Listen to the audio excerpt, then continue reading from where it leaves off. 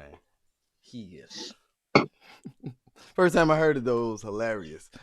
We're gonna watch that video sooner or later. He gets. Ladies, gentlemen, goons and girls, boys and cats, dogs and kittens, rats and bears, mice and mittens. This is the news. I'm Ricky Jones. Somewhere around that way is Jonathan Table Game Franklin. You know, he's probably making tea and cookies because that's what dads do, tea and cookies. You know what I'm saying? We here enjoying the presence of each other while we're going to drop these jewels on you. Tune in and chime in. Don't forget, you can check the news on youtube.com. It's this way. youtube.com, the news. STL Ricky Jones, Twitter or Twitch. Ricky Don't Play Games. And also on Jonathan Franklin's Facebook Live. You feel me? Today, we are here to discuss various matters. You know, there's some hype going on in the Midwest. So we gotta, Hey, chime in on that. Hello. how y'all doing out there? What's Evening. up, family? What's up, y'all? What's the word? No What's sage. poppin'? No sage today. Uh, Uh-oh. but Hey, wait a wait minute. a I do. wait a Give me a damn second. wait a Give damn me a minute. second. I have to start the show off with the sage. Okay, We, give me we a we second. gotta really bless the cess. You know what I'm saying? The sage is a very cleansing herbal treatment, not only for your body, mind, and soul, but just for various stimuli in the world. It helps. It helps to put things in balance, man. You know? I just ate a brownie. You gotta excuse me and the nappy face. The brownie was good All though. right, family. Hey man, you was making cookies. I had a cookie brownie a minute ago. It was fabulous. Yeah, man. Fantastic. Yeah, man. My queen wants some cookies right now. She's a big cookie fan. Who She's don't? got those things in the You know oven. why? Because she is They a on roll. sensible person. Only sensible people like cookies fresh baked out the oven. It's you ignoramuses that be buying them chips ahoy. Ahoy? Huh? I want my chips off a boat. Right. I want my chips out the oven. Disregard Mello and Marley. I got two birds, man. Mello and Marley. Mellow Marley, the M&Ms. Yeah. The one named Mello, because he's like this neon green and yellow. So it's like mellow yellow. And then I got Marley because it sounds good with mellow.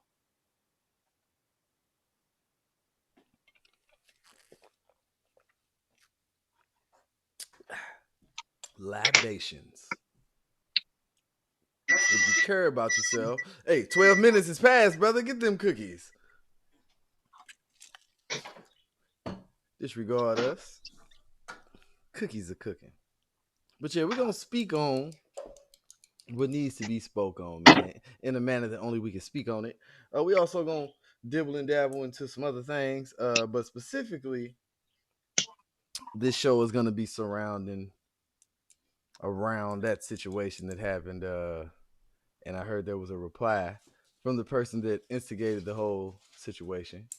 And so we're going to delve into this. Now, me personally, I have heard the reply interview, and it was just kind of random. Never knew how it started. But from what I was hearing, I didn't even really need to hear how it started because it kind of all made sense in the reply. So I got a show full of rumors, and I'm going to show these rumors everywhere I go. That's how you get a show nowadays. What's the name of the That's how you dude's get the show? show going. What's the name of the dude's show? Do you happen to know? Man, stop it. He might as well name that motherfucker. Come here, dirty. Let me holler at you. What up, though? Hey, I ain't gonna lie. Thornton and I had a brilliant idea with that You Hear Me Mo videos and talk show thing. But it's hard to play videos on the internet without getting straight one, straight two thrown off the platform. I get it. I don't. I'm retarded. I don't get shit. Oh, No, I dig. Yeah, man, but just to get right to it, there was a situation happened where two members of I'm like, because I'm from this city, because you from this city, is this a legendary group? I know he's a legendary solo artist, but are the Saint Lunatics like? No, they're not. Let's stop. Let's stop playing. No, they're not. Hey, look, hey, oh, now They, look, if you're talking about, listen, if you're talking about in the parameters of St. Louis, they are. you sure? How many other groups? You know, there ain't been many out of the loop as far as a group Yeah, thing. nah, I'm just that's a joke. You know, That's a bad but joke. yeah, They're named the Saint Lunatics for a not reason. really. It wasn't really bad. It wasn't really bad. I got it. It wasn't bad. I got the joke. I got it. But yeah, yeah. Yeah, man. But yeah, I would have to assume, just all shade aside, in historical context, legacy purposes, the name itself. Now we ain't talking about the individuals, but the group, Saint Lunatics, carries a lot of weight when it comes to Midwest hip hop. Now, when you get on the East Coast, West Coast, down south, I don't know. I'm pretty sure it ain't the same because they be naming artists that I be like, yeah, legend. I don't know. Yeah, well, he went to school with me. Well, I get it now. He played baseball with me. I understand. We hoop Yeah, together. We hoop together. I get it. So in the parameters that we paramedating, where would parameter come from? It had to stem from something else. If you got parameters, do they? Never mind. Legendary group, the Saint Lunatics. There seems to be some beef. First and foremost, and second and third most, big shout out to GJ Mott. What's up, my brother? And what's up to you? That's a big solid for tuning in, chiming in, and logging in, man. Appreciate your ears. What up, though? What it do? Fam. I come home yesterday, come in the house, and my lady's listening to an interview from the legendary he's not the leader, I guess, according to what this other person's saying, but the I guess leader ain't. I won't use leader then. Okay, I'll use another phrase that'll work better in this context. So the golden ticket of the Lunatics. You know what I'm saying? The Willy Wonka ticket of the Lunatics, the bag of the Lunatics. Yeah. I heard an interview from him and I thought it was cool. I heard Nelly Mo, Dirty Mo, Cornell in a while. All I know is that people like to go back and forth. 1 minute they love him, the next minute he ain't even from St. Louis, he's from Texas. So I don't know. I judge off of what I seen. And this is gonna be a great segue into this story. Hey, you know what? You ain't from St. Louis neither. That's the case. Guess what? And neither am I. And neither am I. And neither is a lot of if you you niggas. going off was you born? Hey, nah, I wasn't born in St. Louis. Hey, nah, my mom was in college when she had me. Man, my mom was in college, man. She was in a whole other state. Man, out of there. I mean, she brought me back. You know, she brought me on home eventually. But yeah, my mom had a life. Yeah, my mom had a life before me. She was doing shit. My mom was in college and shit. She was my mom was winning. So what we saying is, hold up. The fact you said that, you prove everything that we doing now. The place we grew up is the place our parents went back to when they was done fucking around. All right, let's go back to St. Louis and get a job. I'm done now. I'm done having fun, enjoying myself. I'm gonna go back. Take my ass Take my ass home. Ain't shit to do. Ain't no trouble to get into out here. I've done it all. I've done it all. You know, I've done it all. I've seen the ocean. And I wasn't on vacation.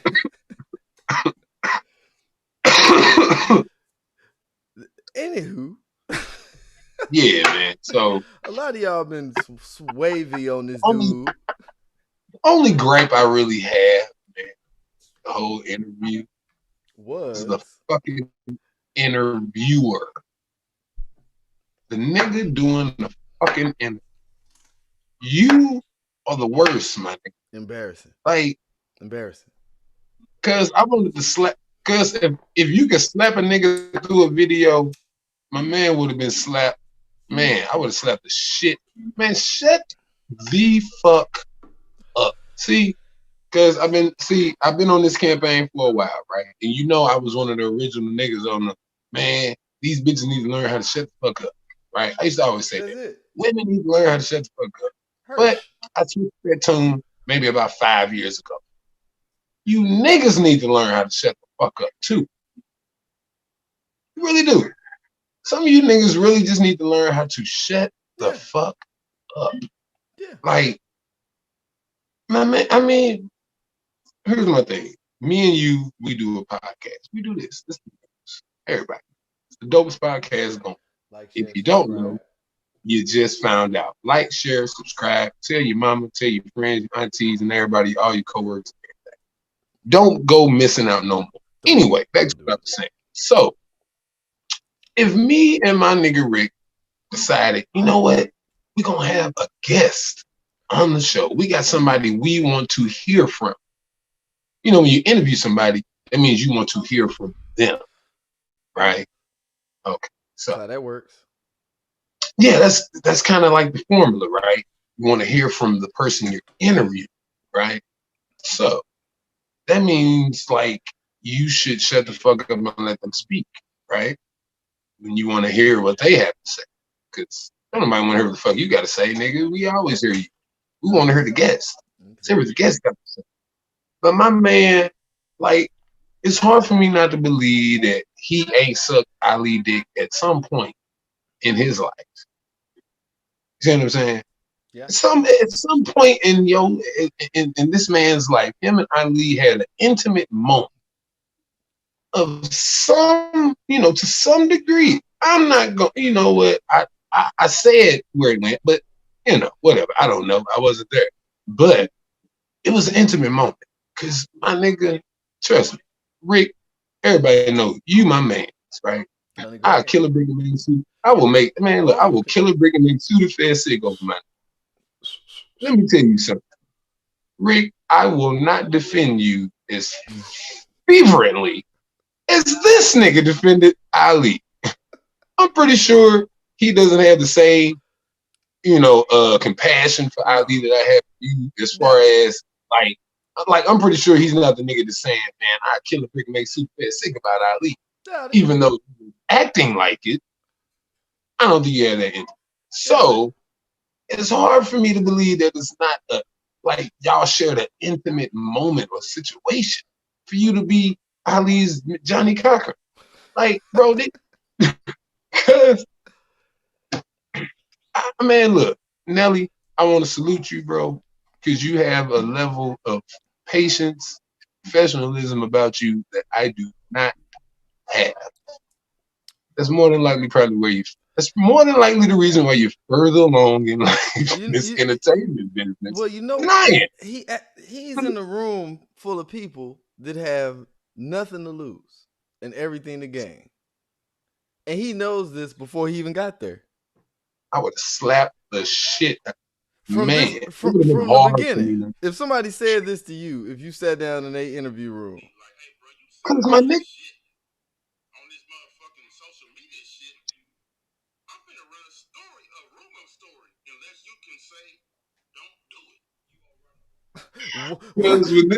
Hold on, what?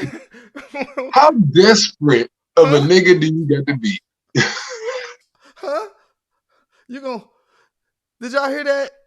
Did y'all hear the first 10 seconds of this interview? He started the interview off like that. Hey man, I was gonna run a rumor story. A story of rumors. A whole heap of rumors. A whole heap of these motherfuckers. So my nigga, how motivated do you think Nelly was to actually be on your show now? Knowing that you the type of nigga that'll run a rumor story. Who is he doing this favor for? This is a favor. Nelly did these people such a solid. If somehow I got a bing, bing, bing, oh, Nelly want to chop it up. Oh, this is going to be a great interview. Because he said it in the interview. My nigga told him. He said, bro, I could have did this shit on Drink Champs. And he totally could have. He could have easily took this. He could have easily took this interview to Nori on a whole way bigger platform than yours. Mind you, bro, I never heard of you until yesterday. The only reason I heard of you yesterday is because Nelly was on your shit, fam. That's the only, like, I never heard of this. I still don't even know his name now. I just know he the nigga that don't know how to shut the fuck up. Yeah. That's how I address you. I mean, you probably got a professional name that you go by. Fuck that. That shit don't even mean nothing. Hey, fuck babe, that. What's his, you know the dude's name? She don't know it either because he's a fucking sucker. I bet you if my sis know his name, it's just because she was bored and stuff. Josh. His name was Josh. We're gonna call him Josh. Okay. Yeah. That could be anybody. Just joshing. Yeah, my sis don't know that bum. Anyway. Yeah, my sis don't know that bum. Hey, anyway, you know what I'm saying? Dude, you was a nobody basically until Nelly made your show. I'm pretty sure 90% of the people who tuned into your show yesterday never heard of you either. Yeah, and they did it because it was Nelly talking about something. And it was talking about beef. And he was talking about St. Louis shit. People niggas want they're gonna tune in. But it wasn't because of you. It wasn't because of him. So I don't, anyway, whatever. I don't know, man. I would play more of the interview, but them dudes might try to hit me with a strike. Let me just throw this plug in there. Hey, Nelly, Mr. Haynes, if you would like to come do a professional interview where a nigga will shut the fuck up and let you speak in your entirety, instead of, the host being all in the interview, dancing all in the video. Nigga, come to the news. Come to the news, nigga. Come to the news. Come to the news, man. Hey, what was the one part? It's the worst interview. Any other artist that want to Zoom call us because it's quarantine, we really can't do shit out to. We zoom you right in. Any other artist, you got any type of discrepancies and shit, and you just want to get heard, get your interview out uninterrupted, come to the news, man. We are professional, man. We want to hear what you got to say. Absolutely. We ain't got shit to say. Nothing. You know what I'm saying? Me and Rick ain't got shit to say. We ain't got nothing to say about the situation. You know why? Because it ain't our situation. It ain't. So we want to hear what you have to say about your situation. Absolutely. I really don't have anything to say about another man's situation because I'm not in it. I don't give a fuck how long I've been knowing said people. If I wasn't there, why am I chiming the fuck in? Why at all? And somebody get that nigga some Beijing. God damn. Hold up. So the interview starts off like that, right? And it goes from that to this moment, which got weird.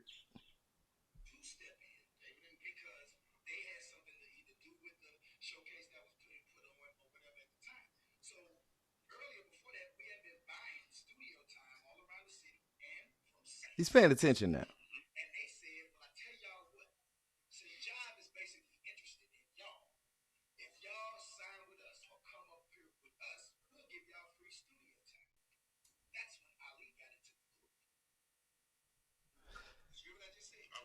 So I like that part, but his response.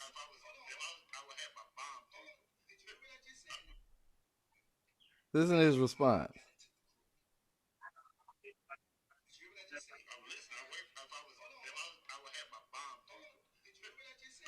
What did he say? Now the way Nelly presented that statement as an interviewer, he presented it in a way where now you're supposed to follow up immediately because he laid out a whole scenario of, oh, you can't hear it? You know what? That's my bad. Niggas don't know. Hey, niggas don't know how to interview. I appreciate the comment there. Let us know they can't hear it. So I gotta. Oh, okay. I gotta get that back going a little higher. Niggas gotta learn how to interview, bro. Like it's an art to this shit. And it's not even a hard art to figure out. It's like, It's not. just shut the fuck up. Just shut the fuck up. And you know what I'm saying? It's timing. It's kind of like comedy. I think that's why we're good at it. We're funny guys, but it's like it's comedy. You know, Exactly. it's like comedy is time. Also, a key to really any public speaking is know your audience. A joke in one place ain't gonna work in the same place. A question in one place ain't gonna work in the same place. But when you listen to somebody like Nelly who's feeding you information during this whole interview, and at no point did you follow up in the proper fashion, when he laid out the whole scenario of them talking to all these people, going up to the showcase, talking to the people who got the lick with the people at the studio, that's talking to people from Jive. Hey, you sign with Jive, you can have free studio time with us. Then all of a sudden, out the blue, Ali's a lunatic. Just out the blues. That's how he's portraying this. So he's portraying it in the beginning as if dude was kind of trying to bogart his way into the group. Now, me being sort of a contemporary of these guys, this is how I'm looking at it.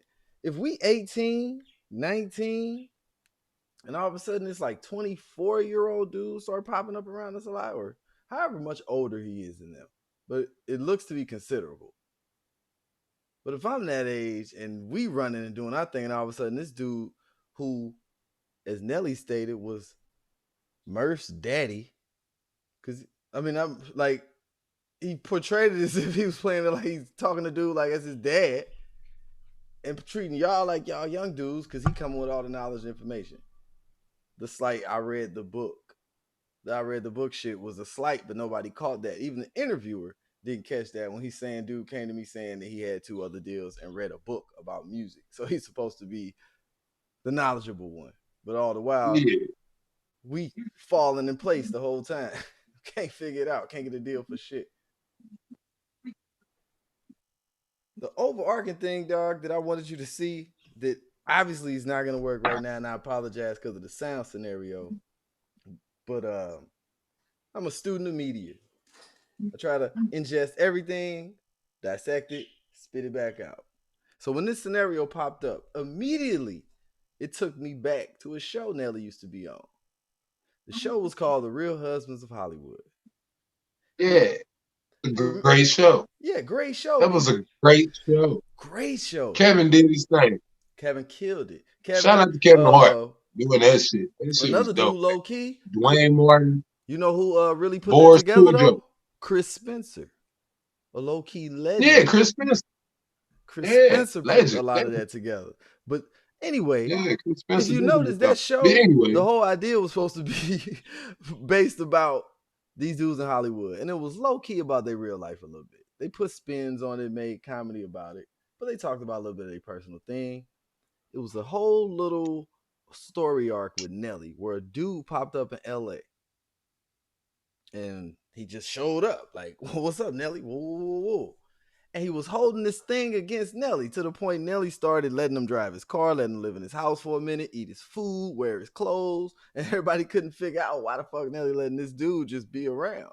Till Nelly just came out, look, man, all right, back in the day when I was first trying to get on, dude took me to a showcase that he was on.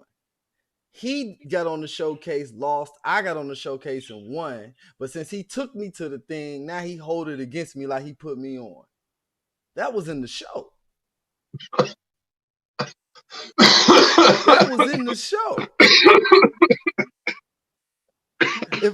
Dude, I got to find this episode. He said this is his homie from back in the day. Yeah, we was good back in the day. You took me to, that's like, all right, I drive you to a job interview that I told you about.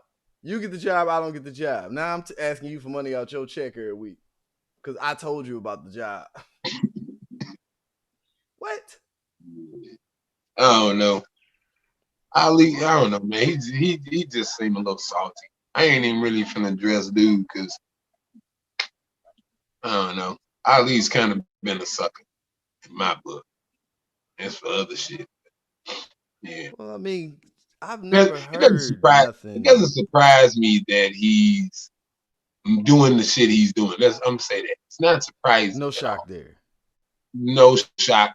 that Ali is bitter baby mama. Basically. I mean, kind of like how you know, sound. You know what? He sound like Ali remind me of Moneybag Yo baby mama.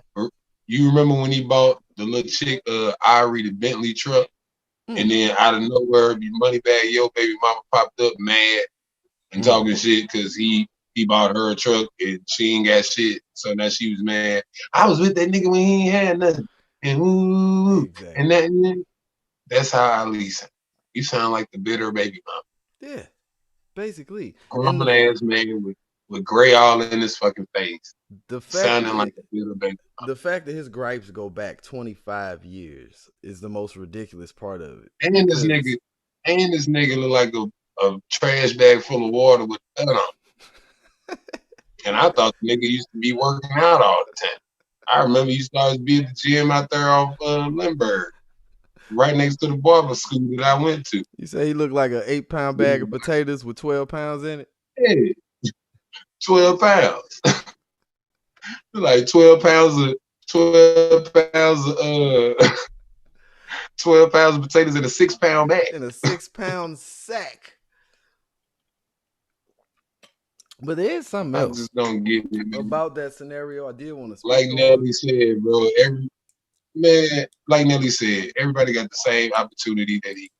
It's not about Nelly. Ali came out with 2 albums. Ali dropped 2 albums. His first album was called Heavy Starch. That motherfucker went wood. You understand? Wood. Leroy's bought Heavy Starch. The barbershop that nigga used to work at. That's who bought Heavy Starch. How many copies of that they get off? They probably sold a few Skate King too. Anyway. That might have been. But you know, he went with due date saying Skate King. It was a rap. So Nelly got his first album. He did Country Grammar. Went through the roof. You get your first album, you do Heavy Starch, and your first single was Bugetto, which Nelly say he told you or advised you was a no-go. You still did it again. Okay, so you went wood. Or in the words of my nigga Nelly, you put up a brick. So you put the brick up, boom. Boom. Giannis. No, Nelly's Dirty ENT. You get another chance. Put another album out. You come out with Kinfolk with Big Gift. Now, like Nelly said, I feel that album should have did better than it did because it actually had some slappers on there. That motherfucker had some bangs. I ain't gonna front. I actually was beating that motherfucker. I was riding around beating that shit because it was nice. Ali and Gift. It's a nice joint. It should have at least went gold. It's definitely a certified gold album in my probably higher. But to me, at the least, it should have went gold. It was a nice little album, bro. When you get time, for listeners, if y'all, y'all listening, when y'all get time, go listen to the Ali and Gift album, Kinfolk. It's a solid album. It's not the dopest shit. Nope. It's a solid joint. Like, you'll see why I say it should have went gold. It didn't. That didn't do shit. So it's like you had 2 chances, bro, and your shit didn't do nothing. Why you mad? This same scenario with the same opportunity, bro. You can look across the board, whether it's rap, comedy, a lot of entertainment realm stuff, especially where it's a situation where sometimes right place, right time, or nigga, I went, you didn't show up, and so the people happen to be there, you didn't show up. Shit like that happens. But it reminds me of the scenario that happened. If y'all happen to watch the Corey Holcomb 5150 show. So him and the guy that he's been working with on this podcast. Him and Zoe over a decade fell out live on air over a scenario that was bigger than really what they was even talking about. But the whole time during this argument, which was supposed to be about you leaving your homie out there to dry, Zoe is bringing up stuff that lets me know he's salty about something else. He feel like he's owed something. 5150 always in the building, man. Every Tuesday, man. I hope y'all watching Corey, dog. I've been watching Corey since RMC Radio.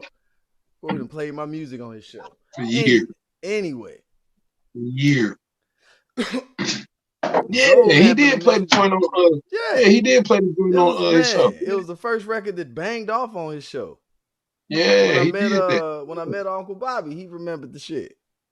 I was like, Bobby Glantine Smith, you cool ass old nigga. He old as shit. He looked exactly like you would think. But anywho, so happened to mention, bro, look at the Kevin Hart situation. And he's automatically injecting himself in a situation that all he knows is what he sees. Surface shit. And when you try to take your deep, intricate situation, what's the word? When you try to take your deep, intricate situation and compare it to something that you only have a surface level understanding of, you always gonna lose. And he tried to make it seem like Corey never put him on, basically. If I get a chance to sit next to Barbara Walters for 5 years, I don't give a fuck what Barbara Walters doing at that point. I got something cracking. Because motherfuckers see me. Yeah.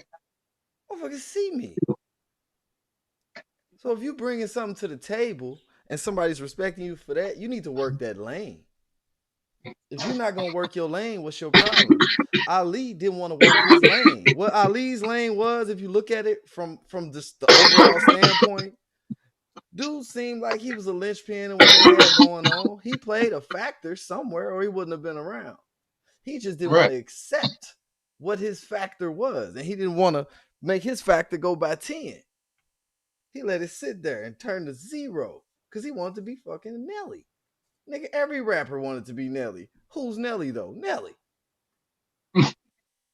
It's only 3-4 motherfuckers in the history of this music business you could name that had the type of backing he had. Him, Eminem, Jay-Z, and maybe, this is a big maybe, 50 Cent.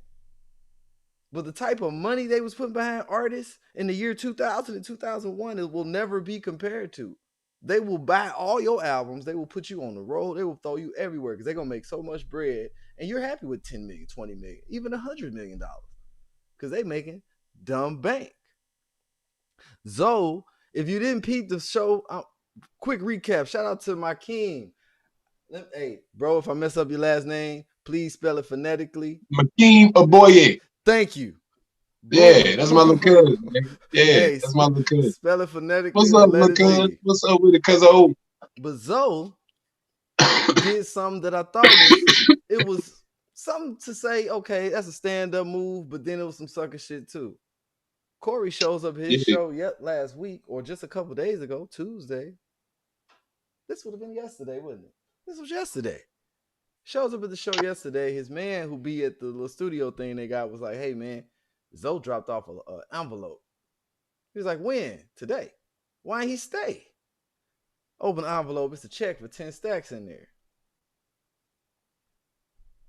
So if it took all of this for you to pay me this little bread and then disappear, then it wasn't real from the jump. Yeah. It wasn't real from the jump. That's almost no. You coming with the bread. Coming with the bread. Hey, bro, listen. I know if it's about this, it's about this. But all that other shit, bro, we passed that. We 50. Yeah. Like, that's the other thing that told me, bro.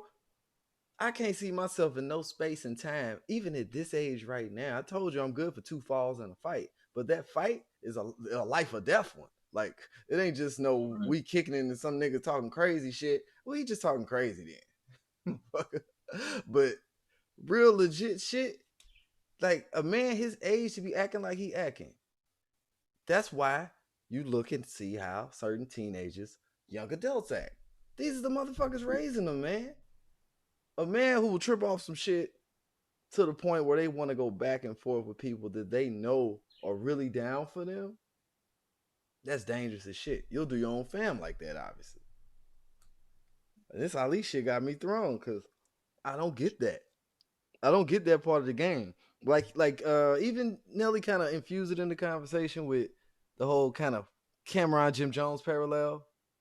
Yeah. He was like, nigga, Jimmy didn't need Cam to Like bubble. Jimmy a hustler. Jimmy Jimmy go went and get got it. his. Jewels, that nigga went and got his. Jimmy put out a Like, banger last year. A banger. That El Capo shit? Man, we still rock that shit. On the best album of the year last year, man. Because a dude said, all right, every time niggas see Cam, niggas see me. So let me turn that into something. I'm going to be whatever y'all say I am, but anytime you see me, we out here Bird Gang or whatever, Dipset, whatever. And eventually it's going to be Jim Jones, whatever. Keywan saw it, Murphy Lee saw it, but the problem is, and this is an unfortunate thing, about where we from. People, when they in the middle of the situation, get too comfortable with the situation. They act like this just what it's supposed to be. And that ain't the case. Like, it's so many scenarios that went on down there that ain't had nothing to do with Nelly, nothing to do with Ali, control-wise, because they in the music business. But what they did have control of, it seemed like one person took control of it and the other person sat around waiting. Yeah, sat around waiting, nigga. And now you mad at the nigga that took control. Crazy. And did his thing. Yeah. Like Nelly said, bro, every man is supposed to be trying to get his. Facts. Big facts. And some other shit that he said, nigga, that rang up. Nigga, the government only holds you accountable for a motherfucker for 18 years. Exactly. He's like, eventually. Nigga, like, why the fuck is one man supposed to be responsible for a group of niggas for 20 though? Mm-hmm. The fuck are you talking about? Like, yeah. I ain't finna hold you niggas' hands, bro. I did my part. I got niggas on. Niggas got a deal. Niggas, we did a group album, and we got it. It's like shit, nigga. What else the fuck? I mean, shit. Like you mentioned, like he said, why y'all ain't take care of y'all business and go get y'all publishing before, bro? Like he said, man, look, y'all knew we was finna get the album. Y'all knew the album was coming up. Exactly. And I told y'all need to. He was like, I'm good. I already got my publishing back. Y'all need to go take care of y'all business. Y'all need to go see how much it's gonna run y'all to get y'all shit and take care of y'all business. So y'all can eat when this album come up, when this Free City album come up. Them niggas ain't eat on Free City album, Country Grammar, none of them albums that they help contribute on and co-wrote something. Yeah, them niggas ain't getting none of their publishing. Y'all let D2 get all their money. Stupid. Shit's weird. My nigga Nelly went. Well, he didn't go, but Universal went on his behalf and got his publishing for him. 75 Rex. Here you go. Let us get that. When I look at the music part of it, that's just only one factor, though. Because if you in a group, especially if you in a group where somebody in your group, like, look at this shit this is rap, but look at it from an R&B perspective.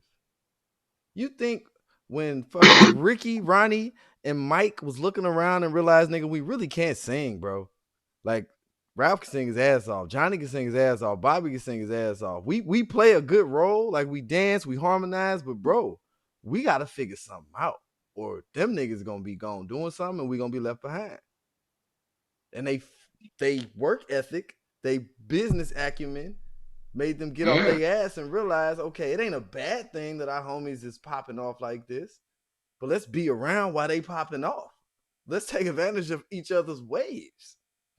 Wu-Tang did it. They took advantage of each other's waves. Even I don't think them dudes really ever took what they was doing just seriously.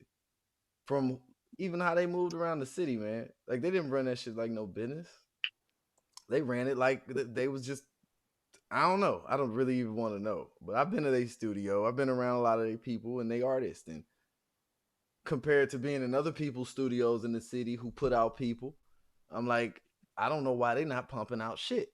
Look at how much shit Trackstarz was pumping out simultaneously sitting next to Dirty N.T. in the same city. Not just, Trackstarz didn't just put out Chingy. They was doing records for other people. They was a production house. Huey, nigga. They was fucking with Huey, Lil Jizz, Jay Quan. They on was the fucking with industry Ireland. sense, man, I would be hard pressed if I don't remember them having a song with Christina Aguilera. I remember them having a video and they was talking shit in the video, track star and all that shit with Christina Aguilera. Them niggas was moving throughout the industry. They didn't have this local mindset. The local mindset keep you locked in. All the while, Worldwide Nelly is like, shit, the world is my oyster. I'm gonna make a song for these niggas. I'm gonna make a song for these niggas. I'm gonna make a song for these niggas, and I'm gonna keep it St. Louis here. But I'm gonna make this little music thing happen. Yeah, he did. He definitely did. Nigga made that dope ass country song with the old boy. He probably still eating off that motherfucker. Man, that's a country that over and over again shit. Yeah, but that look shit was a banger. Look when that came about though. Look how far along he was. That was on Suit Sweat. Yeah. That was him saying, I owe this record label 2 more albums. Let me work my ass off and put out a double disc, something that only about 4 other rappers ever did. And 3? Is it 3 or 4? No, 4. Let me see. No. Pac had a double disc. Nelly got a double disc. It's been more than it. 8Ball. You gotta think about 8Ball. MJG had a double disc. Nah, just 8Ball. No, that was 8Ball. Lost. 8Ball did Lost. Hey, hold up. 8Ball MJG. No, 8Ball Lost was a triple disc. He had a bonus disc with that motherfucker. He had a bonus disc. Yeah, my nigga did. He the only. Who else did that? Triple. I don't remember. I don't know. Michael Jackson? Who else did that? Mike? MJ? I don't know. Man, shout out to 8Ball. His historic, nigga. Mm-hmm. He the only nigga I know that put out a triple disc CD. And that third disc was not no throwaway music. That shit was hard. Nigga, bullet, nigga. And nigga, all 3 of them had, man, yeah, come on, man. 8Ball is a GOAT. Stop playing with cuz. Again, they in a group. It's Young 8Ball, MJG, and one of them Young Primrose, man. Young Primrose. You dig? And that's a group that had group success and solo success. And when they was solo, they literally was like, there's 8Ball, there's MJG. And they was cracking. Both of them was cracking. Nigga, because 8Ball, both his albums is nice. Man, 8Ball, MJG rocked some hard shit too. Both of them had cold shit. Yeah, nigga. I mean, you can look across the board, man. Nigga, No More Glory is a slap. That CD, nigga. That's MJG CD. I call it a classic. When he got the Confederate flag behind. Mm-hmm. Yeah, nigga, that's a classic. Yeah, nigga, that's a classic Southern hip hop album. Niggas better go check that motherfucker out. MJG, no more glory. On everything. My nigga had hits on that motherfucker. That's the ones people be missing because they wasn't around when CDs were selling. So when you streaming, you got to search for what you know. Yeah. That album ain't about to pop up. By the way, last year, 8Ball and MJG released a what they call it when you play acoustic music? They used to do it on live MTV. But they call it something though. It's like Unplugged.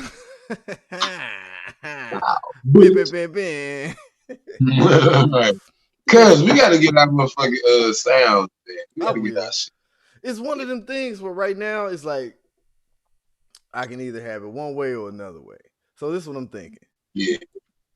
I can do it where we can do just the regular screen cap, and then I got everything. I can put up websites, I can put up have sounds, all of that. Only good thing about what I'm doing now is that I'm able to stream at multi places at once. That's the only difference with this thing. So it shall be figured out. We might just have to book down the Facebook.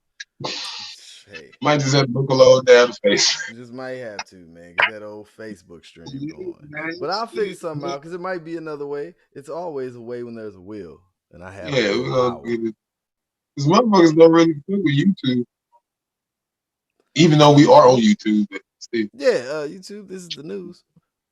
But like you said, people go on there to listen to music. And personally, me, I'm a YouTuber.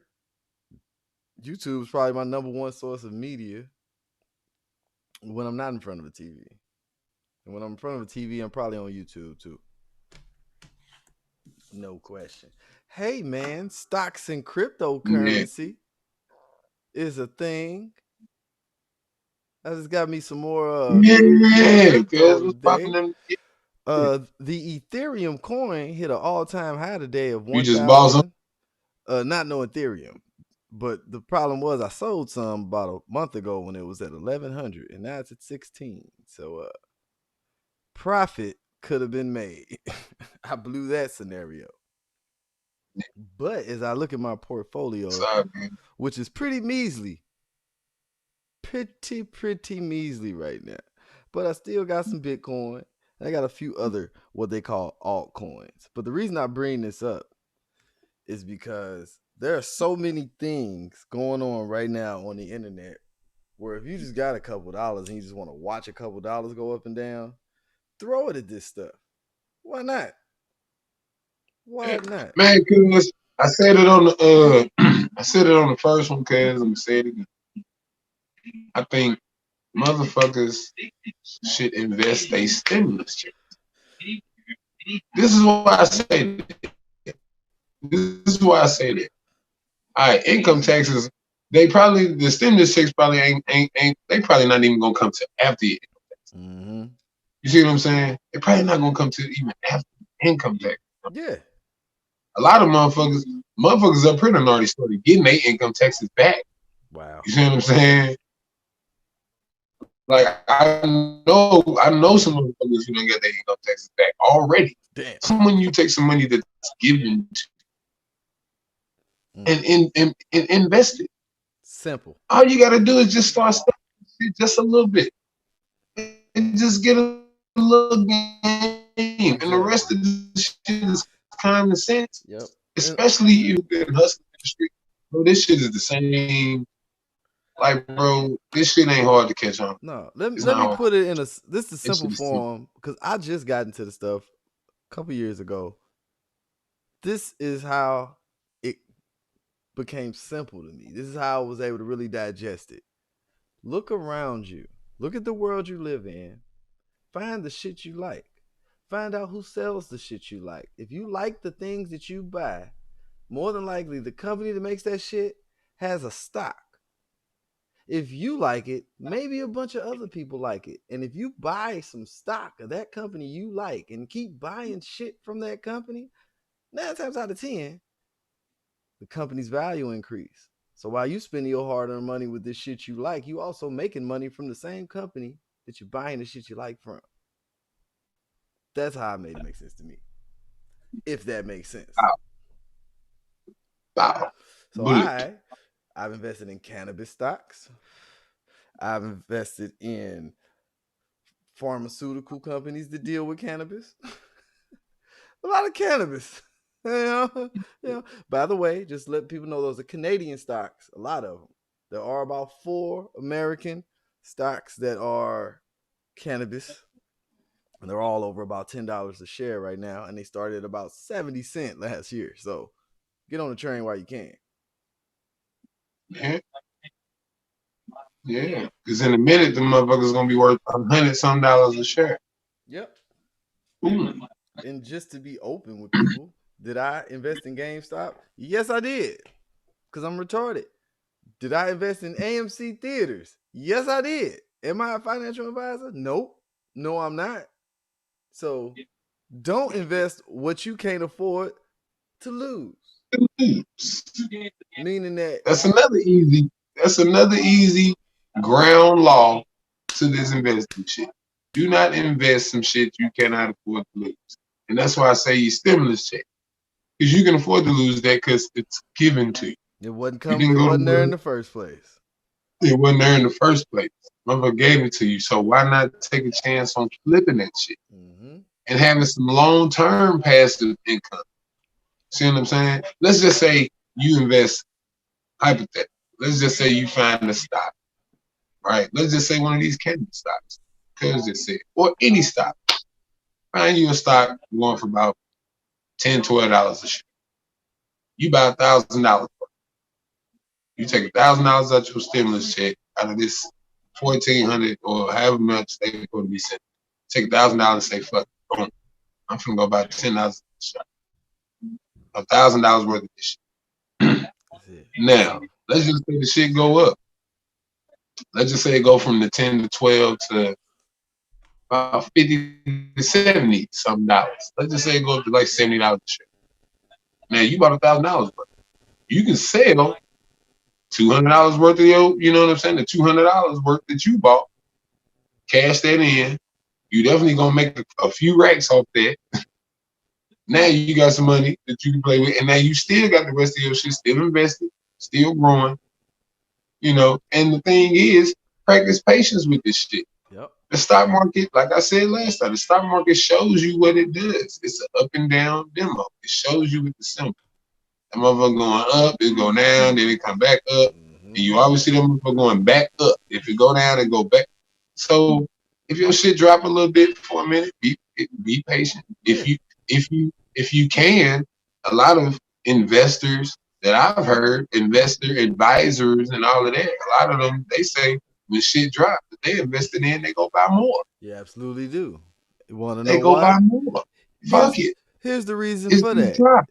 Going back to your $10 stock, if you buy a stock for 10 and it dropped for 5, and you buy 2 more stocks for $5, you don't have 1 stock for 10 and 2 stocks for 5. You got 3 stocks for the same 10 you initially paid. Yeah. So when it goes back up, technically you only spent 10 for the other 2 shares. It's going to go back up 10, 20, 30. And you tripped. There it is. That's the flip. Break it for them. And if that scares you, here's one more thing. All we got to do is just start studying this shit, y'all. All we got to do, go on YouTube, look at some videos, get you a book, whatever. You just type in your phone. Go to Google, type in investing. Like, it's like you can just read some shit, and I swear, y'all will catch on. Y'all will catch on. If you open an account with Fidelity, Fidelity.com, they have an app and all that. You set up the account, you can tie your bank account to it, savings account, whatever you want to tie to it. It'll take a day or two. You got an account. At that point, you can buy stocks, bonds. You can invest in silver. You can invest in gold.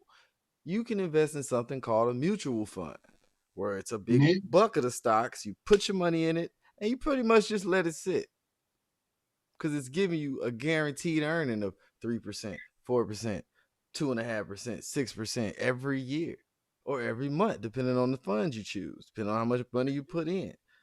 Money growing. When we're talking about this wealth that people have had and made, it's pretty obvious in 2021 where this money is acquired. Everything ain't stolen. Some of this shit got licked and hit. Yeah.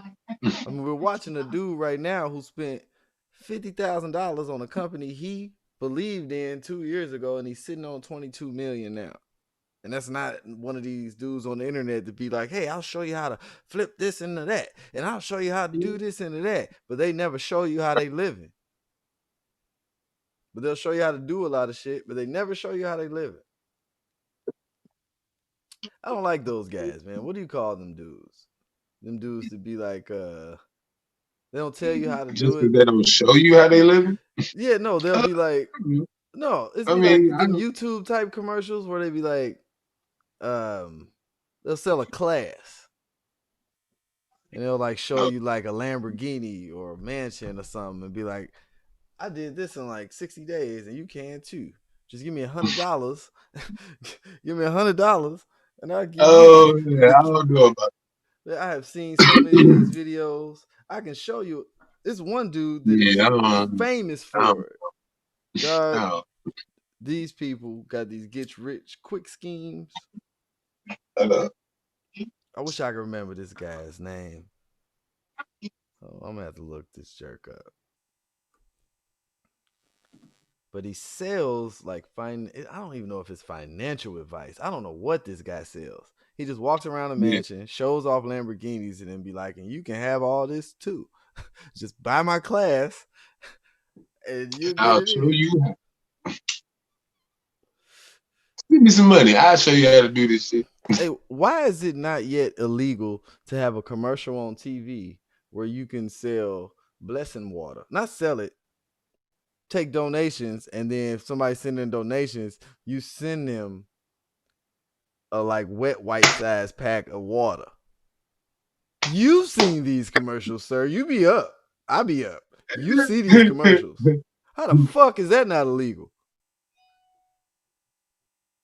In the name of Jesus. My niggas. Blessed water. Yeah. You ain't seen this shit. It's some tomfoolery. I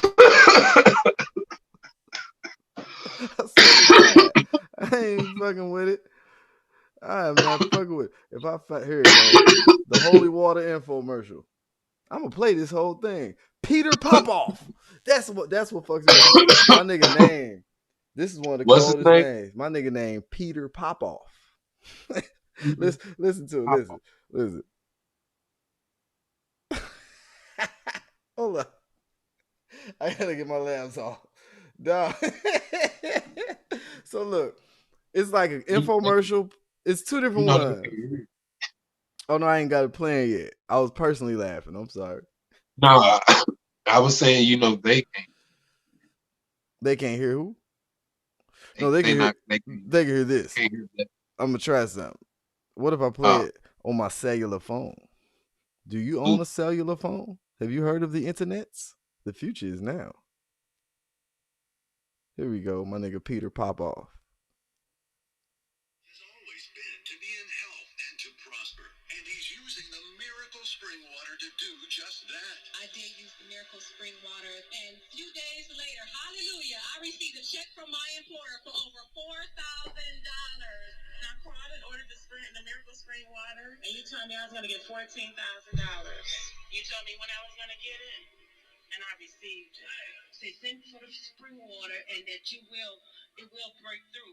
And I tell you, a check came in the mail for 100 G's. Now my house is paid for. And God has blessed me with over $25,000. It's all old mammy looking sisters, bruh. But at the end is the catcher. My nigga say, hold up, here you go. This piece of shit. Here you go. Free packet of miracle spring water. It's absolutely free, no obligation. Take a moment to jot down the number on your screen and call now. Y'all gotta see what it look like. What that free? I just hearing my man. Now that's just the commercial version, bro. He got a whole like 30-minute program. I just don't see how people believe. Yeah, I used to want that water too. Cause I mean the lady just said I got this damn water and a check for 100 G's showed up at the crib. Everything is paid for. Nigga, I got the water and I got to work and they had a $4,000 check waiting on me. What? Man, you better give me that damn water. How is that not illegal? Dude, if I sat here and told somebody to buy a stock, I would have to preface it with saying, hey, I'm not a financial advisor because, it's risky. Markets are volatile. You could lose your money. But if I told a motherfucker, hey, check this out. I got this miracle air for your ass. You see that air? I know you see it. Nigga, as soon as you sniff this shit, your whole life gonna change. Listen, lady. I already got I got testimony right here. And then I got some 77-year-old women saying, "Yeah, I sniffed this shit. As soon as I sniffed it, I got a check for 100 G's." Hey, I got a letter right here. Right? Hold up. Wait, let me open it. I got a letter right here I just got today. This is from Susan Sarandon in Hollywood, Arkansas. I never knew. Dear Peter Popoff, I received your mirror hair, and would you believe it? I say, would you believe it? That's how she wrote it. Would you believe it? I say, would you believe it? I shows up and worked the next day. And the crop's back growing. And they made me the boss. I've been a fucking cafeteria worker for 37 years, and they made me the boss finally. Thank you, Peter. Thank you, Mr. Popoff. You asshole. Peter got the freshest hair plugs. This shit's sad. Them shits is black as midnight. Peter Popoff. Hey man, what our comments saying? You know I can't see. Shout out to hold on. See, I had it. Yeah. Shout out to Melissa Coleman. She used to want that water when she was a kid. Facts. Because it was the best. Okay. That miracle water. Let's talk about it. Let's talk about it then. When I went to college, right? Actually, So I went to a church where this dude would just read the Bible and we would leave. So I thought that's what church was. Oh, yeah. And then when I got to college, my aunt was like, hey, we're going to take you to Sunday service with us. And I'm like, hey, I like church. You know, it's cool. Music, you know, music. I'll go. And we get there. And it's hell on earth. Motherfuckers is running around. They putting oils on people's foreheads and shit. And pushing them and shit. Pushing them and telling me to drink this. And you got to be touched too. I was like, don't touch me.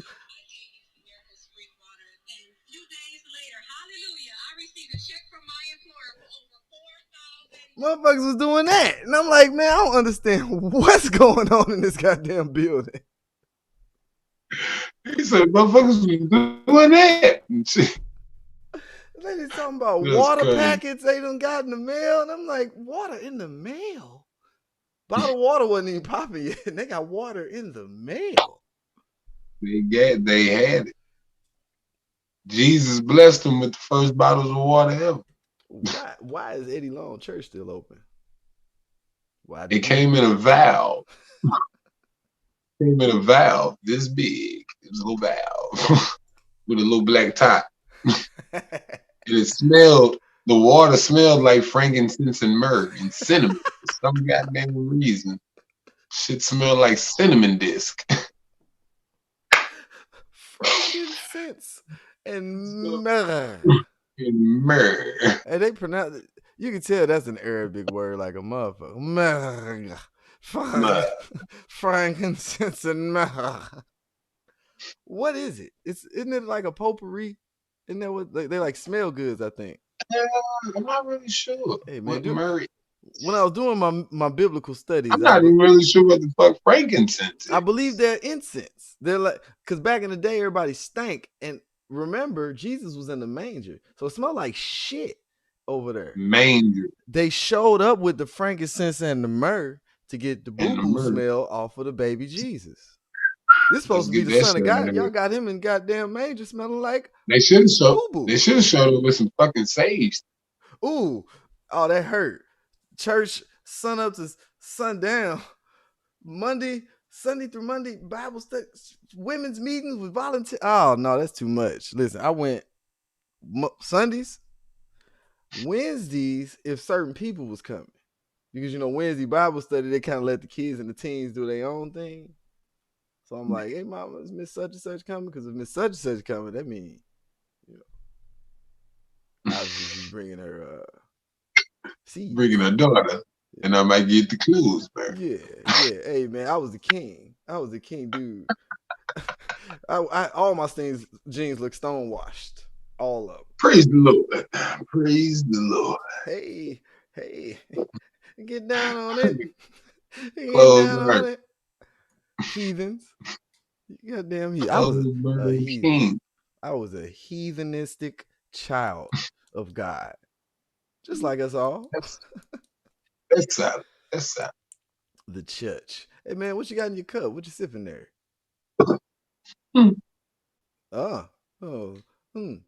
Very usual. Yeah. This man is drinking kombucha, everybody. He's a kombucha drinker. You a fizzy tea drinker? Nah. Oh, okay. You like your antibiotics direct. You ever had one of these things? Direct, brother. Listen, if I would have never moved to the past, I would have never tasted kombucha. I don't like it. I don't fuck with kombucha. I don't like it.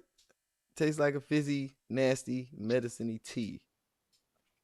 Disgusting. Yeah. They say it's good for you. Hey, but you know what? They say a lot of stuff's good for you. They do. Hey, but since Dr. Sebi but since they killed Dr. Sebi, I don't believe nobody. Murdered the man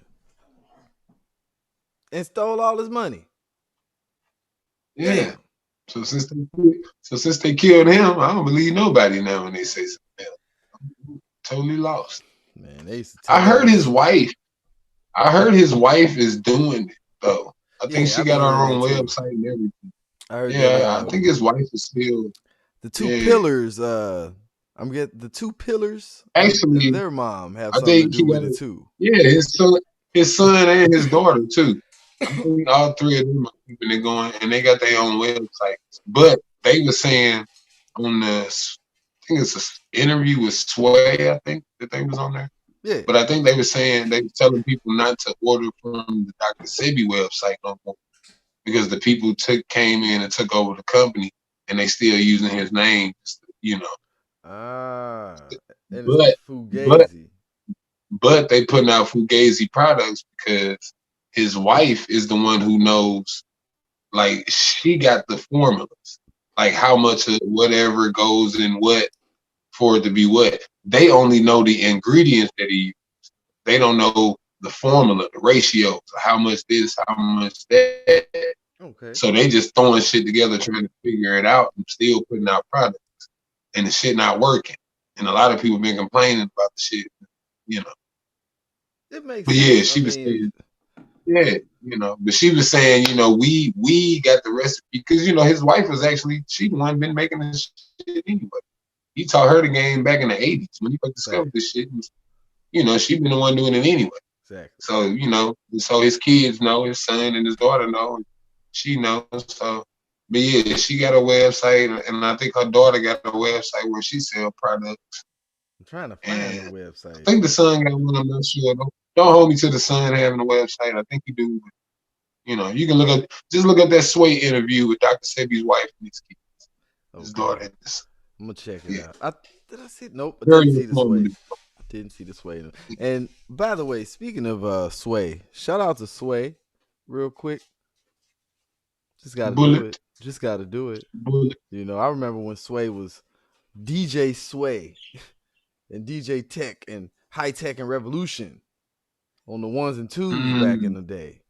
Dropping all those West Coast bangers before he became a staple of entertainment interviewing and a Sirius XM phenomenon.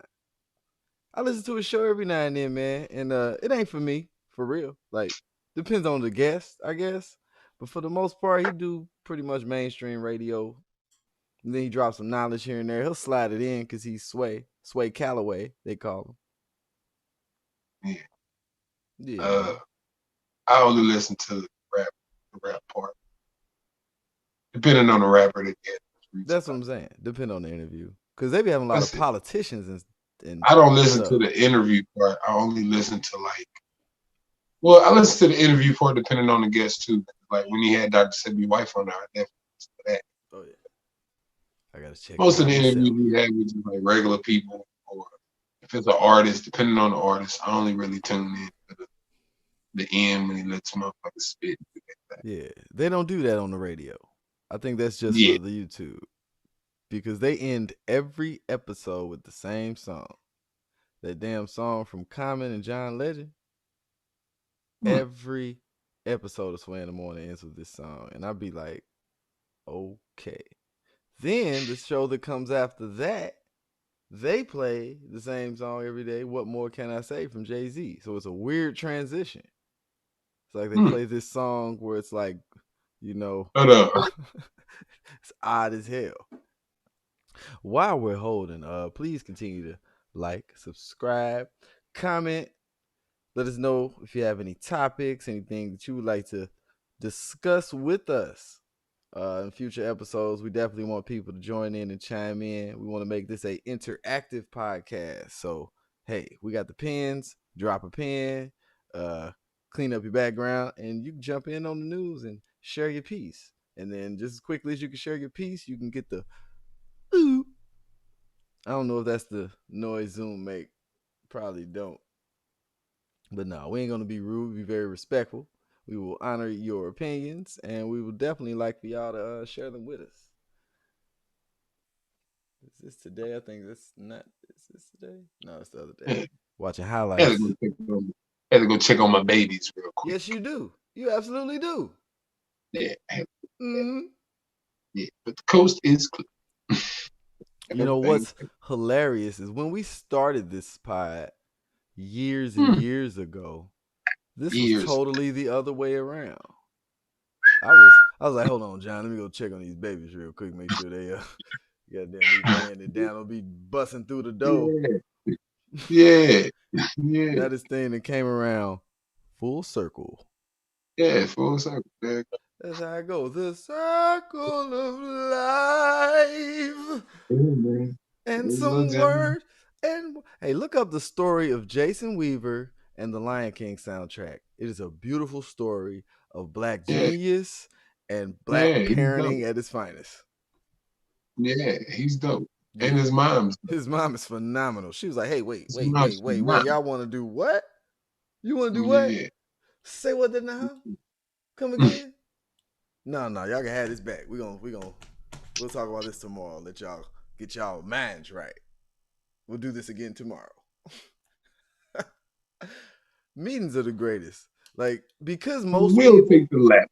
What's funny, because most people work in like a normal business job environment, there's a certain political correctness that goes with that. I don't think people really be prepared for what goes on in like those type of meetings, like an actual contractual money's changing meeting. People ain't nice. Fuckers ain't nice at all. They will laugh. They will come up happy. If you have one thing, hey man, I don't like line 15 on page 3. Total 360. That's Jared Goff. That's Carson Wentz. Hey, listen, we need to speak with you. I think Carson is going to be in Philly. You know Carson's going to be in Philly because nobody's going to take him, and nobody's going to take him. You can't just say, hey, take this guy. It's not how that works. I think Jalen Hurts might end up somewhere, though. Oh, yeah? You think they're going to trade him so quick after a year? I think they might. Because they said that about Tua. They're going to have to make a decision. They're going to have to make a decision after a while. Everybody see Jalen Hurts.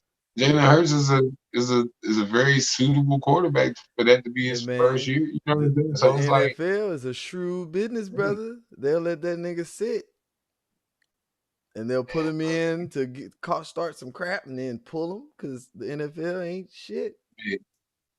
Hey, Jalen Hurts to the Colts don't sound too bad. Yeah, it don't. Somehow, everybody to the Colts don't sound too bad. Get the Colts a quarterback. Why are they waiting so long? They don't have a quarterback. I mean, they have Phillip. Yeah, but I mean, they got Phillip. Yeah. I mean, they got Phillip like. I mean, but he's out. He's out the way. When Phillip came there, he was an 82 Cutlass. Like, he was clean, but it ain't gonna take you far, like nigga. He ain't finna get out of there. Spin the block a couple times in this clean. You gonna look good when you ride too. You gonna look good when you ride. Yeah, clean as a whistle, but nigga, take it on the highway. Yeah, that motherfucker gonna stall out. It's a wrap. He gonna top out at 85. He gonna top out at 85. This playoff run was fun, guys, but I'm out. Thanks for the money. Thanks for all that money you gave me this year. I can see that nigga going to Washington too. The Washington football team. That's stupid. That's one of the stupidest things I've ever seen. Where they so stubborn that they was just like, no. Yeah, no, we're not gonna, it ain't they. No, we're not gonna change the name. It ain't they. We just won't have one. Yeah, it's just the owner. It ain't they. The name is the name. It's just Dan Snyder. He's like, look at the jersey. What you think when you see the jersey? You notice though, DC. Check this out. In the history of sports, to my knowledge, DC is the only city that for the second time has been forced to change the name of their team because of stupidity. Remember the Bullets? We got a team called the Bullets in the most crime-ridden city in America. Yeah. So what we gonna change the name to? Very good. Yeah. They were the Bullets. Yeah, they still the Redskins because look at the uniform. When I see Washington, I still think Bullets. Remember when they changed the colors and everything to the Wizards? And then now recently they trying to implement the old Bullets unis with the colors. So when you see the colors, you think Bullets, you don't think Wizards. They ain't slick. When I see a Redskins jersey, it's a Redskins jersey. You know what I'm saying? And I don't think the name is that bad. Jalen Hurts to do. The name is very descriptive to a descriptive people. And see, here's the thing. This is just me. The removal of that name is no different than the removal of a lot of things throughout this country that is very embarrassing to the rulers of this country. Because when people see them things, they realize, hey, these people are assholes. They're jerks and assholes and liars. So they want to hide these things. What's wrong with the word Redskin? Nothing's wrong with the word. But if you deal deeper, you might find the people tied to the word ain't who you thought they were. And that causes something else. So we need to tuck that. Because who really said the name was so bad? Who was these people that come up with all the PC stuff? Don't say that. Say this. You can say that. I predicted it. Yeah, they say shit on TV now. I predicted that 10 years ago. Regular ass shows. They throw it in so blatantly. Like Tyler Perry like to do it. Tyler Perry's good for 2 shits. If he says shit twice, he won't say bitch. But if he says bitch 3 times, he'll only say shit once. Watch the shows. Study it. You're being hypnotized. I don't watch Tyler Perry. So. You should. Because you are not a media researcher. I watch these things for different reasons. Yeah. Different reasons. I research others. That dude writes his scripts at a 7th grade level, and it's almost genius. It's almost genius how he can write whole TV shows at a 7th grade level, and that shit works coming out the mouth of adults. I wouldn't almost genius. I mean, you don't have to see to know. You don't have to see to know. Isn't one of his shows The Haves and the Have-Nots? That's one of them. I heard that was a very popular show. It is very popular. You know why? Because the writing is at a 7th grade level. The arcs of the show don't change really much from season to season. They keep the same 5 characters, and they shuffle them around a bit, and it ain't consistent. A motherfucker will be in a jail cell, and then the next scene, the people they was talking to in the jail cell somewhere else, and then the next scene, they back at the jail cell. Back and forth. Yeah. Oh, man. Let's not even talk about Black Lives Matter stuff. Dude. That stuff's starting to get old. Big shout out again to Melissa. Facebook long name right here, Coleman. Big shout out to you. I'm trying to read it because it's blending in with the comment. It went too fast. Hold on, wait. It's not letting me go back. We back. She hate me because she ain't me. Respect the game and the name. Mm-hmm. Big shout out. Yeah, but they being dumb politically correct. And it's starting to get disgusting and uncomfortable. Like, what's wrong with you people? Y'all ain't the white folk I'm used to. Huh? Where y'all went? You guys are weirder than ever. Y'all always have been weird. Like, y'all understand, I might not look like it. I didn't really have a lot of interaction with Caucasians until I was like a teenager. So certain things that when they did it, I was like, y'all don't realize y'all do that. Because y'all expect everybody else to do what y'all do. And that ain't the case. Let me ask you this, John. How many movie quotes you know, brother? How many movies can you just run down word for word, line for line, scene for scene and shit? Probably none like that. You know why? I know quotes. You know why, man? Because that's really I don't know. they shit. That's they shit. I know some of these dudes that in any scenario of life, they can tie that shit to some movie. A line in a movie. That's weird. Real life situations you tie into written words from dudes that Might be dead and gone. Might be derelicts. Might be degenerates. Who knows? I don't like the PC shit, brother. It's gotta go. It's gotta go. It's getting ridiculous. It's called a spade a spade. It's called a spade a spade. Wow, my nigga, yeah, that was over the top. I don't know. Yeah, let's get to it. Hot soaking it in. I'm just soaking my brother in, sponging. I was just. That's what I was doing. Y'all was looking at me like, man, that nigga look high as a motherfucker. I am, but I was just sponging right there, soaking what he was saying. That's and why. At the end of the day, what I got out of that was that Cuz is ready to roll up another blunt. Absolutely. You got That's it. all I got. You got it. You That's got all. it. I figured it out. I want to give a quick I shout out. About 2 minutes into his whole spiel. Hey, let me drop this on him though. Let me drop this on him. Quick shout out to my blue-eyed, blonde-haired nephews, man. Love y'all to death. Ha! Drop that on you. Boop. Big ups to y'all. How about that? Boop. Just to let you know.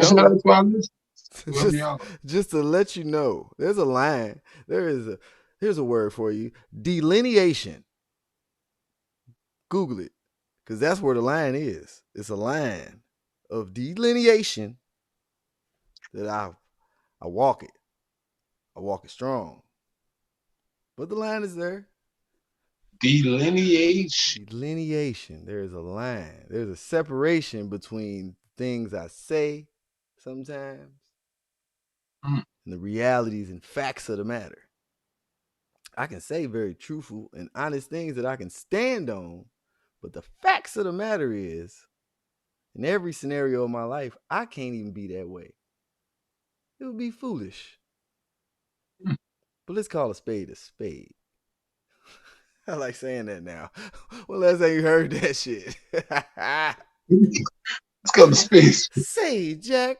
Say, old jive ass sucker. Listen, man. Let's call a spade a spade. Turkey. I got a feeling all that shit was fake. I'm finna go listen. Watch the Mac when we get done. Maybe we turn on the Mac. Listen, man. That era, it's hard to believe that it even happened. I should have been born in that era. That was the era I should have been. You sure? You sure? You positive? Should have been there. It looked good on film. It looked good on tape. Should have been pimping these songs. The movies make it look good. I should have been pimping. Hey, I should have been pimping.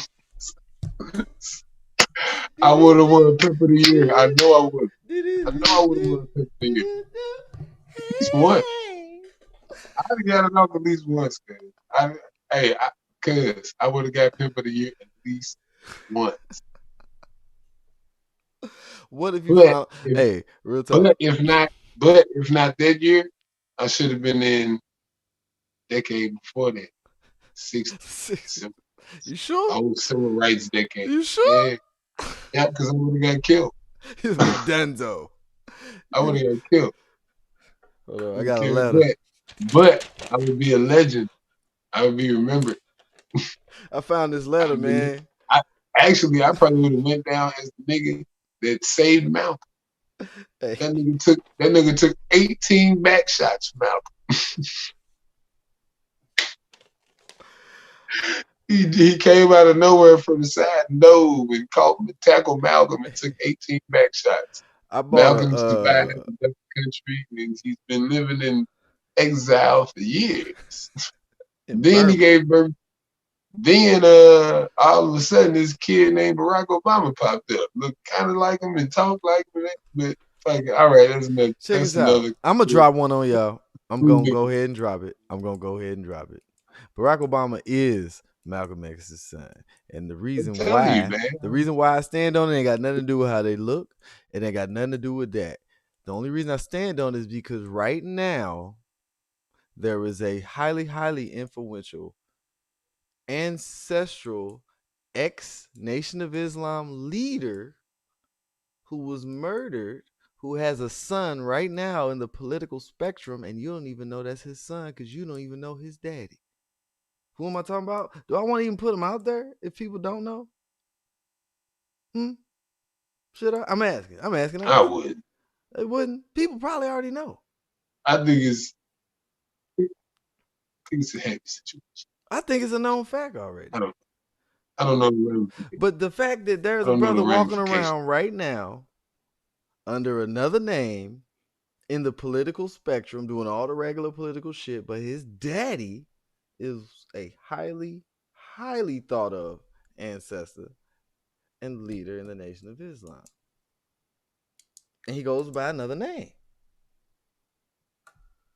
When you in power and when you've had to fight real power, you got to use the true arts of war. Every single aspect of the art of war. That's a cold one right there, isn't it? You game up somebody to put them in the position to be the spook that sat by the door. That's cold. Who is it? You know what? If they actually be the spook that sat by the door. If they actually would be that. Hold on, I'm gonna text you the name. I'm gonna send you the name because people asking who it is.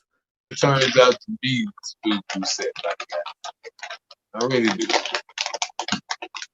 That would be clutch. Obama has to be the spook who sat by. You know what? What are his daughters up to? What they doing? Where they be? Do we know? Because if we don't, that's a good thing, right? I think it's a good thing. But yeah, you see that text? You see the name? Yeah, I didn't see it. You didn't? Mm-hmm. You can say it though. Okay, I guess I will. I'm gonna do you one better. I'm gonna do you one better. I'm about to try to do something that might ruin the whole show.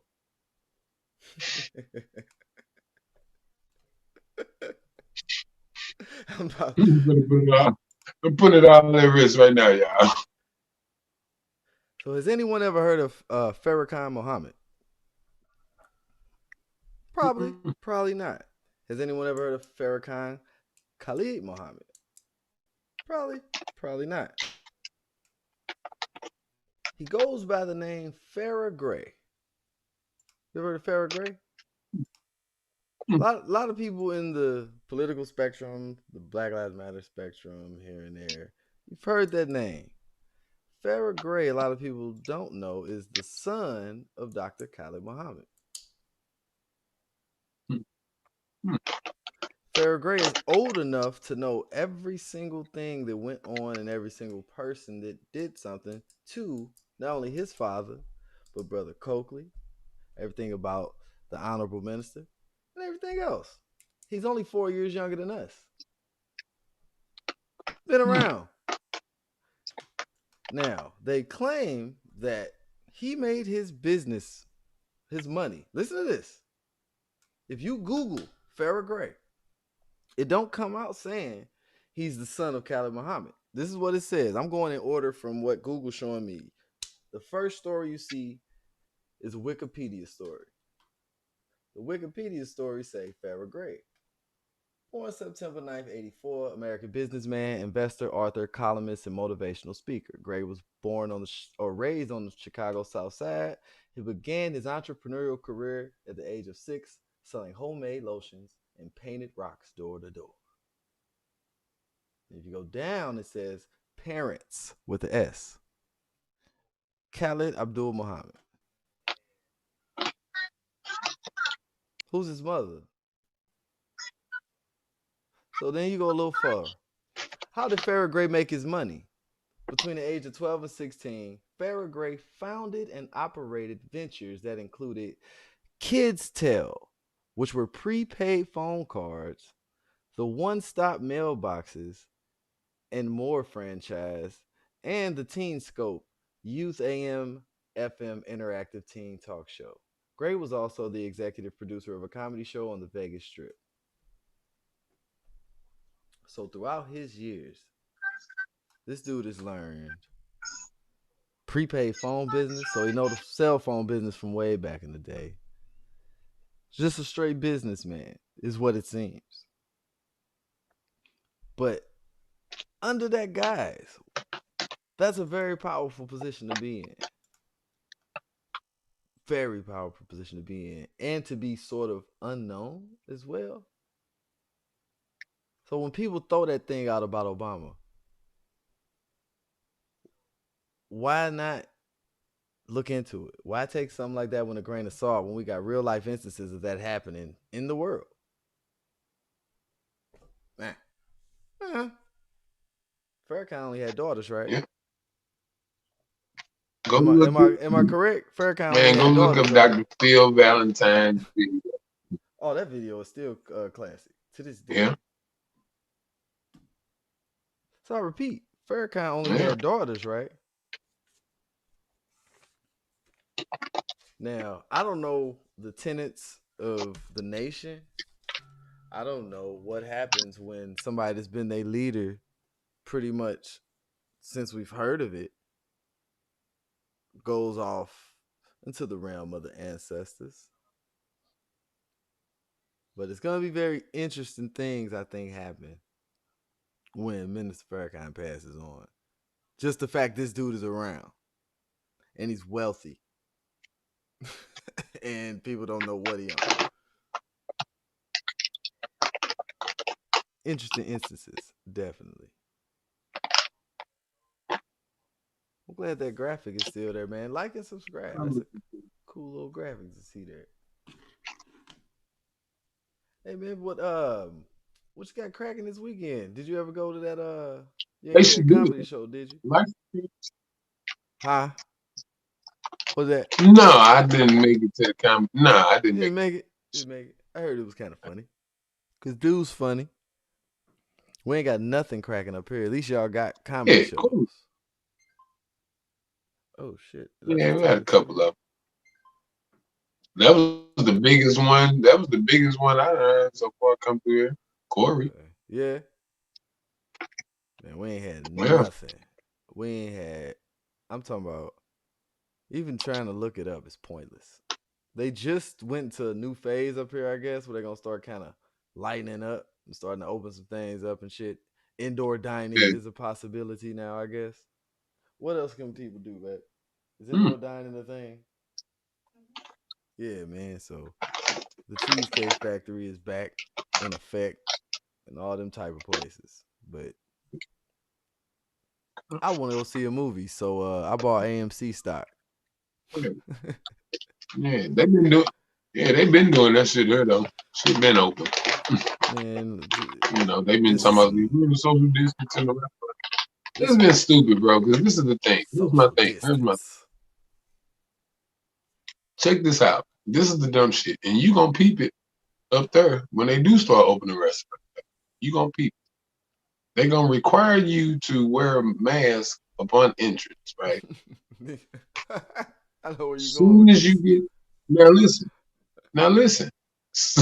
When you get seated, you're gonna walk probably no more than 10, 15 paces. Mm-hmm. And then you will be allowed to remove your mask and sit down and just enjoy it. Is that now? So my thing is, what's precise? Is 10 to 15 paces 6 feet? I'm talking about you're not gonna walk anymore. I don't give a fuck if they put you all the way over there. That's probably gonna be about 10, 15, just on average. In the vicinity. I'll take it back. 10 to 25. We'll keep it in between there. 10 to 25 paces. On average. No matter where they seat you. So you gotta wear your mask for those 10 to 25 paces. Once you get past them 10 to 25 paces, you can take your mask right off. It's a wrap. Sit there, be ready, talk, breathe, be ready. So my thing is, raw dog in there. Does the virus stop after the 10 to 25 paces? Is that like the corona zone? Hey man, listen. That they try. I don't know. It's just we're dealing with professionals, man. You got to trust the professionals. Yeah. They said 6 feet, 2 masks. If you're not eating, if you're eating, no mask, mask on, mask off, fuck it, mask on. Future said it. Future said it. Future called it. Shout out to Future. That's insane. 6 feet from other tables, and you could take the mask off and then look over and be like, Yeah. it ain't stopping me. You gonna see it. I'm You going. gonna see it. Because I'm a good It's damn gonna sure fuck go. you up. Hey, do Olive Garden got the they used to have the deal where you can get like one and then you could take one? I think they still do. Outstanding. Listen, it's a fabulous. Hey, I think they still do. I'm sorry, tangent time. Tangent time. Video recommendation. Because I'm a YouTube fiend. So it's this video series where they be having people taste food from their country, but other people make it. And so they had all these Italian ladies eating like fast food Italian food. And this shit hilarious because it's like you could tell personalities different. One Italian lady like everything ain't shit, ain't nothing good, can't nothing fuck with what she could make, flat out. Oh, certain days I gotta find out the days they got that deal because I don't want to show up and they ain't doing the buy one take one. That's my flavor. Right. But it was these two particular Italian ladies. It didn't matter what the fuck you gave them, nigga. They said that shit tasted like it was from Rome. They were like, this is exactly how it tastes in Sicily. They giving these ladies Olive Garden everything. And they just like, oh, this is like homemade. This is wonderful. I need to bring my daughter here. I think they just like free food. Man, I'm about to try some since I believe we dropped some nice content. Today. I sincerely doubt Olive Garden tastes like authentic Italian food. Sincerely, it absolutely doesn't. That's the whole thing. We know for a fact. Sincerely doubt it. And to be honest, I've never had authentic. I don't believe I have ever had real authentic. Like I don't consider it authentic unless it's made by an old Italian. Hey man, what you eating on over there? What you snacking on? Yeah, I'm eating. The world would like to know. Peeled, gently dried fruit, aka old peaches. No, it's mangoes. Hey, I've seen those. I have. They're quite delicious. They look quite delicious. You should get They look. Yeah. Now, here's my question. They got the apples too. That was my question. Right. Do they have other fruits? Because the mango is not my favorite. Yeah, they got apples. Apples, but do they have peaches or strawberries? I haven't seen those. Oh, man. You stink. I haven't seen. I've only seen the mangoes. Keep your eyes open, man. Who the made this? Yeah, they're quite delicious. I eat them. I'm about to try this, and I only hope. So this is about to be some ghetto shit. You ready, bro? I know you ready. You from the hood. Gang, gang, nigga. Bird gang. All the colors of the world. Let's get it. Is there a... never mind. That'll get us banned. I ain't gonna say that. That'll get us banned. Hey, so I'm about to put this old lady over your face. Don't worry.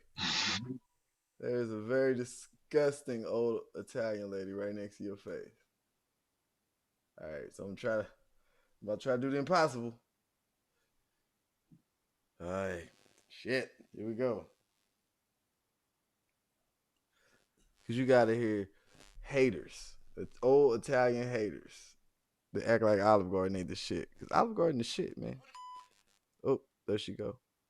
All right, you ready, everybody? This is a world premiere, everybody. We're about to try it at the same time. Uno, dos, three. This is eggplant parmesan.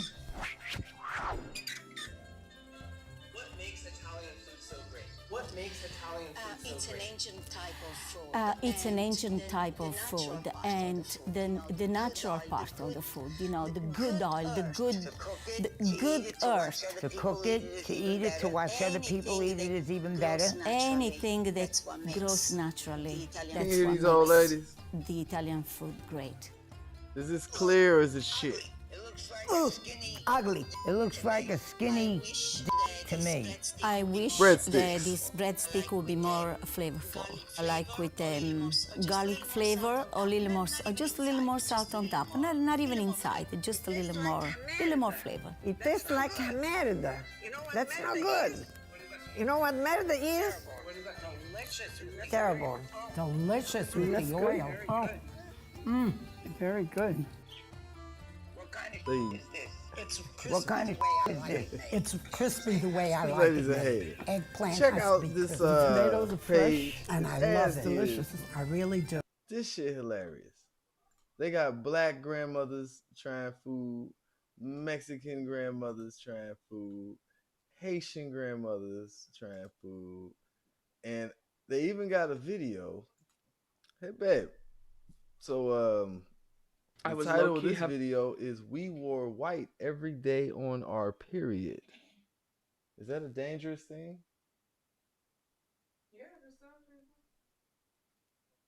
For some people, that's dangerous to wear white every day. Oh, the sound coming through double? Oh.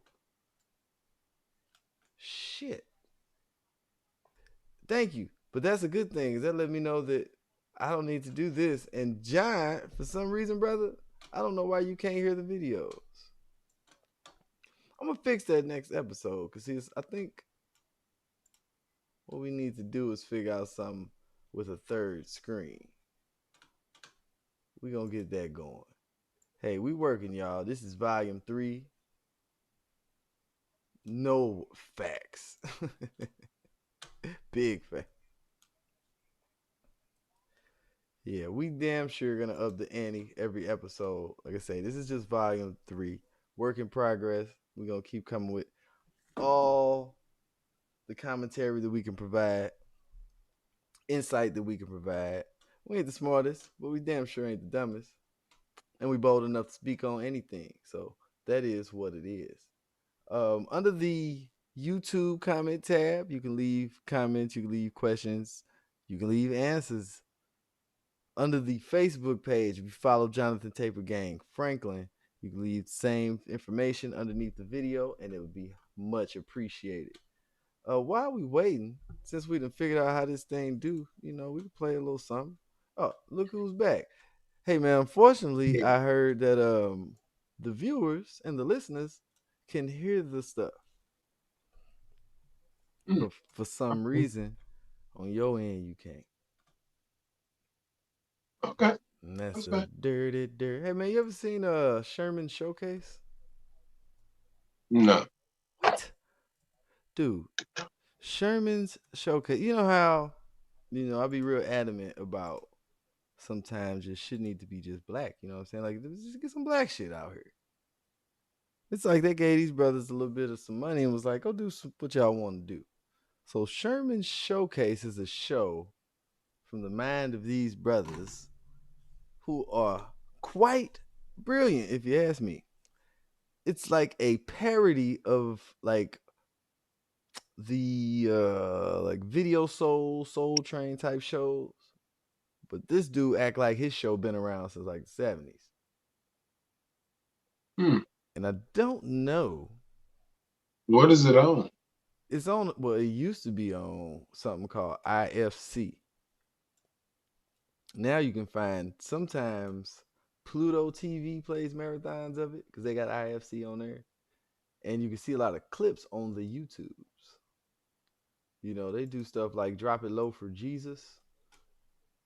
This song was taught to us by our very own pastor, Pastor James, I think I'm liking when we was just this little. Free Pastor James! Drop it low for Jesus. Free Pastor My James. man loves me. He provides for me. Hey, can you hear that, bro? He protects me. So tonight, I'm gonna drop it low, man, just for him. Yeah. Drop it low. We'll figure it out. For Jesus. We got time. Yeah. Keep the Lord in mind. Yeah, they do little skits like that. Funny stuff, man. I think you'd appreciate the Sherman Showcase. It's a lot of our generation type stuff. Stuff that'll hit, man. It'll hit like, hey, I get that. That's a joke for me. Okay. That's a skit for me. A lot of special guests. The funniest shit to me is remember the girl from what was the movies Marlon Wayans did where he had like a family kind of Meet the Blacks? Is that it? Nah, that was Mike Epps. Mike Epps was Meet the Blacks. Yeah, she was in it. She was like the daughter type character. That girl. She's been in other things ever since, and I've never known her name. But she played a character where she's imitating Mary J. Blige. Nigga, this shit is comedy at its finest. Finest. I have to check them out. So Sherman. Cool. Sherman Showcase, man. She's a Sherman Showcase legend who sold 20 million right albums. by your face right now. She's got 17 Grammys. So basically, this skit right here is like, we know we love sad Mary songs, but we know Mary like making happy songs. So Mary come out like, hey, you know, I know y'all like my sad songs, but here's a happy song for you. And she starts singing like some get up, crunk up on it type shit, and ain't nobody feeling it. And then it goes from there and it gets funny. So you gotta watch it, man. Sherman Showcase. I'm giving a recommendation, and don't worry about the sponsorship. I don't think they on the air no more. But if y'all want to ever rehash that show, you know, you need any type of comedy stylings, I think we could whip something up for you. You know, Sherman. Sherman's Showcase, brother. You got to see it, man. It's a hilarious show. Google it and save some of the, you know, things in your watch later list. I'll check it out. Hey, drop it low for Jesus, the business. Man, matter of fact, I'm gonna give you one more. This shit cracks me the hell up, bro.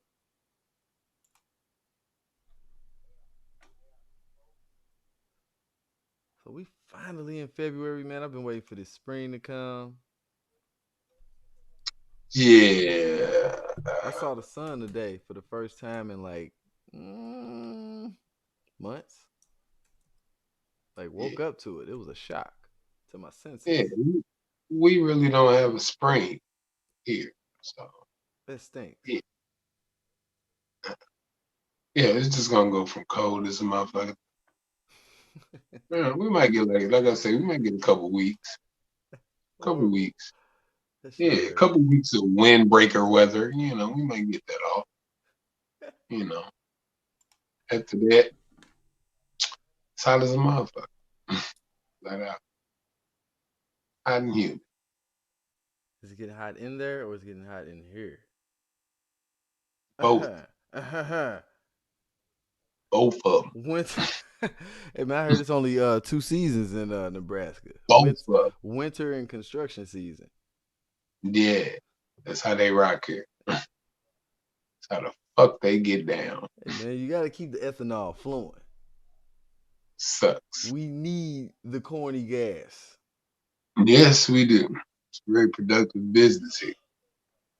Okay. It's a lot of millionaires here. Off that shit. Hey man, you know when millions get made, you know what they say. Checks get cut and construction gets start happening. So what's the main construction like? Highways y'all got going on? Buildings, roofs? They doing everything. They redoing their highways. They redoing downtown. They building new shit. They adding on. Yeah, man. This is a growing city by far. You want to be in a growing and progressive place, brother. This is very much that. That is very much. It seems like that would be a booming metropolitan area very soon. Yeah. A metropolis even. They already done widen their highways to 6 lanes. Hey, so answer me this. Why y'all got that one highway to make you get off the highway to get on another highway that's a slower highway? Because it's probably taking you to another highway that's going to get you to where you're trying to go. Because it's like you be on the highway going fast and all of a sudden it look like it turned into a street. Yeah. That's how they get. That's strange. Yeah. Didn't like it. Hey, brother, I want to introduce you to something. This is called... Probably Dodge. Probably was. I don't know. I was just driving. Yeah, I stay right up. Yeah, I stay right off dive. So.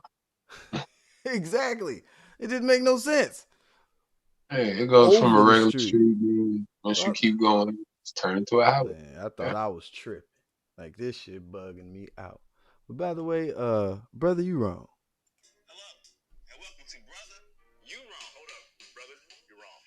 Now, this is my show, and I should open the discussion. Brother, you wrong. That's mad territorial of you to be like, this is my show. This is our show. Brother, you wrong for assuming that I wasn't going to show love to the table. Hold up. Why is this segment called Brother You Wrong? Clearly, the show features brothers and sisters. You're wrong, all right? And this is my fault. The title was grandfathered in ages ago. Wait. Brother, you're wrong. Dave, you're the moderator. You're right, brother. Once again, this is Brother You Wrong, a weekly conversation about what's really going on in the black community. There it is. Today's topic, outer space. Do we really need to go to Mars? And is that money well spent? Brother, you wrong. You just asked two questions at once. Well, I think humans have a natural need to explore the earth. Now, I don't mean to disrespect you, sister. You wrong, though, all right? Exploration leads to colonization. Sounds like you're trying to make some alien slaves. But brother, you're wrong. That's not true. Sister, hold up. You're wrong. All right? Now, saying something's not true is the same as saying it's a lie. We don't call people a lie on the show. But if the brother's wrong, the brother's wrong. I agree. Sister over there is right, and the brother over here is indeed wrong. Oh. Dead wrong. Also, I wasn't done talking. Okay? Brother, you're wrong. You interrupted her. Thank you. But sister, you wrong for not understanding the format of the show. Yep, you can interrupt people here. Okay, look, y'all. I've been trying to raise my hand for a while now, okay? And I got something to say. Now, look, I've been skipped a few times. Brother, you wrong. Are you seriously going back to slaves in space opinion? Sister, you're wrong for not accepting my advances. Brother, me too. Okay, brother, me too. First off, I'm not business pirate, okay? So you wrong. I just want to Yeah, brother, you wrong. Just want you to know that. Before this night was over, brother, you wrong. Brother, you wrong. Brother, you wrong. It's catchy. But since now that I know people can actually hear the videos, that kind of puts me in the mood to throw some smooth jazz. Throw some smooth jazz around this mother. Brother, smooth jazz my ass to bed. I'm going that way. Hey, yeah, right man. on time, actually. Yeah, I must say, what better time to be than right on time? Hey, everybody that tuned in, man, I appreciate y'all just taking a peek at what we got going as we go. Yes, sir. Yes, sir. Definitely appreciate it. For real, for real. Definitely appreciate y'all. Y'all solid. Y'all the real MVPs. And to end and in closing, brother, you wrong. You niggas need to learn how and when to shut the fuck up. Good night. You want to leave me with some smooth jazz? I'm out. Yeah, I'm gonna leave you with some smooth jazz. I'm out. You out? You go? We go. It's the news. Bully.